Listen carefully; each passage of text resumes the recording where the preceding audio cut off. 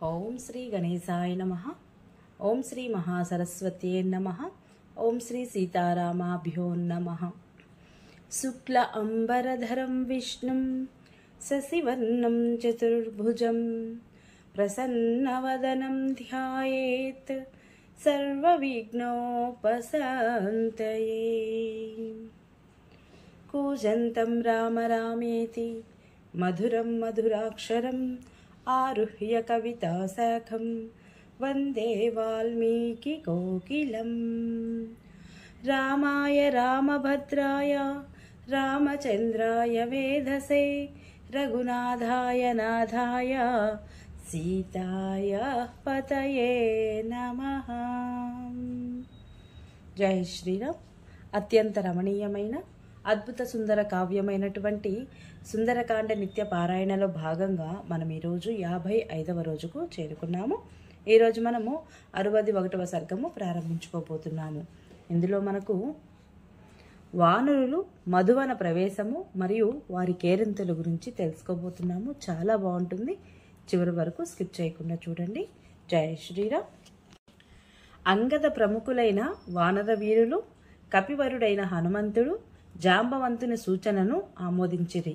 అనంతరము వానరోత్తములందరూ మిక్కిలి సంబరపడుచున్న వారై వాయుసుతుడైన హనుమంతుడిని ముందుంచుకొని మహేంద్రగిరిని వీడి పైకెగిరిరి. మహాకాయులు మహాబల సంపన్నులు అయిన ఆ వానరులు మేరుమందర పర్వతము వలెను మదించిన మహాగజముల వలెను ఒప్పుచు ఆకాశమును కప్పివేయుచున్నట్లుగా ఉండిరి. సకల ప్రాణులచే గౌరవింపబడుచున్న వాడును మిక్కిలి ప్రజ్ఞాశాలియు ఎంతయు బలసంపన్నుడును శీఘ్రముగా సాగిపోగలవాడును అగు ఆ హనుమంతుడిని వారు తమ చూపులతో మోయిచున్నట్లుగా ఒప్పుచు తదేక దృష్టితో ఆయననే చూచుచుండిరి.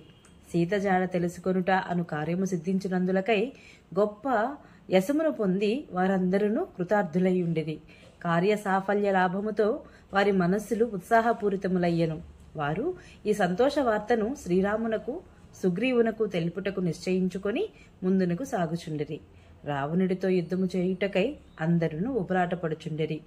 సుగ్రీవుడిని రాజుగా చేసిన శ్రీరామునకు ప్రత్యుపకారము చేయుటకు వారు నిండు మనసుతో కటిబద్దులయ్యుండిరి. అంతటా ఆ వానరులు ఆకాశ మార్గమును పురోగమించుచు సుసంపన్నమైన వృక్షములతోనూ లతలతోనూ అలరాడుచున్నటువంటి నందనవన సదృశ్యమైన మధువనమును చేరిరి. ఆ మధువనము సుగ్రీవుని యొక్క రక్షణలో ఉండెను. అది సకల ప్రాణులకు ఆహ్లాదమును గూర్చున్నది. కాని సుగ్రీవుని భయముతో ఎవ్వరును దాని వైపునకే చూడజాలరు. అదిముఖుడు అను వానరుడు మహాత్ముడైన వానర ప్రభువగు సుగ్రీవునకు మేనమామ. ఆ మహావీరుడు ఆ వనమును నిరంతరము పరిరక్షించుచుండెను. వానరేంద్రుడైన సుగ్రీవునకు ఎంతయో మనసోల్లాసమును గూర్చు ఆ మహావనమును సమీపించగానే ఆ వానరులందరూ మధుపానమునకై ఎంతో ఆరాటపడసాగిరి. పిదప తేనవలే పింగళ వర్ణము గల ఆ వానరులు ఆ గొప్ప మధువనమును గాంచి సంతోషించి మధువులను గ్రోలుటకై అంగద కుమారుడిని అభ్యర్థించిరి. పిమ్మట యువరాజైన అంగదుడు ప్రముఖులైన జాంబవంతాది వృద్ధ వానరుల ఆమోదముతో మధుభక్షణమునకై వారికి అనుమతిని ఇచ్చెను. ధీశాలియు వాలికుమారుడును అయిన అంగదుని యొక్క అంగీకారమును పొందిన ఆ వానరులు అందరూ తేనె పట్టులతో నిండిన చెట్లపైకెక్కిరి.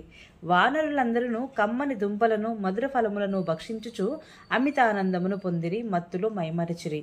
అంగదుని యొక్క అనుమతిని పొందిన ఆ వానరులందరూ పరస్పర ప్రేరణలతో ఆనందమును ఓలలాడుచు నృత్యములు చేయసాగిరి. కొందరు గానములు చేయుచుండిరి, కొందరు చెట్ల కొమ్మలకు తలకిందులుగా వేలాడుచుండిరి, మరికొందరు నృత్యములు చేయుచుండిరి. కొంతమంది అయితే పక్క నవ్వుచుండిరి, కొందరు క్రిందపడుచుండిరి, కొందరు అటు ఇటు తిరుగుచుండిరి, కొందరు గంతులు వేయుచుండిరి, మరికొందరు ప్రేలుచుండిరి.